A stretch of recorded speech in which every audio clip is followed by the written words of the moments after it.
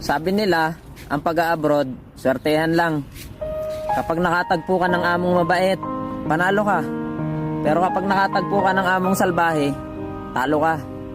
Kapag nakatagpo ka ng among libre, pati internet mo, ang swerte mo.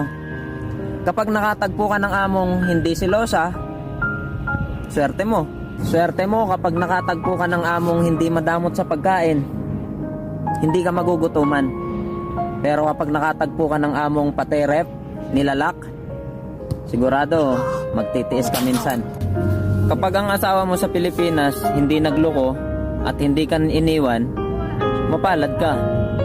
Pero kapag ang asawa mo sa Pilipinas nagloko, iniwan ka at sumama sa kabit niya, panigurado bubuuhin mo ang pangarap mo mag-isa. Kaya ikaw kabayan, handa ka na bang maging OFW? Dapat meron kang lakas, determinasyon, pangarap, at higit sa lahat, huwag na huwag mong wawakasan ang buhay mo sakaling may dumating mang matinding problema.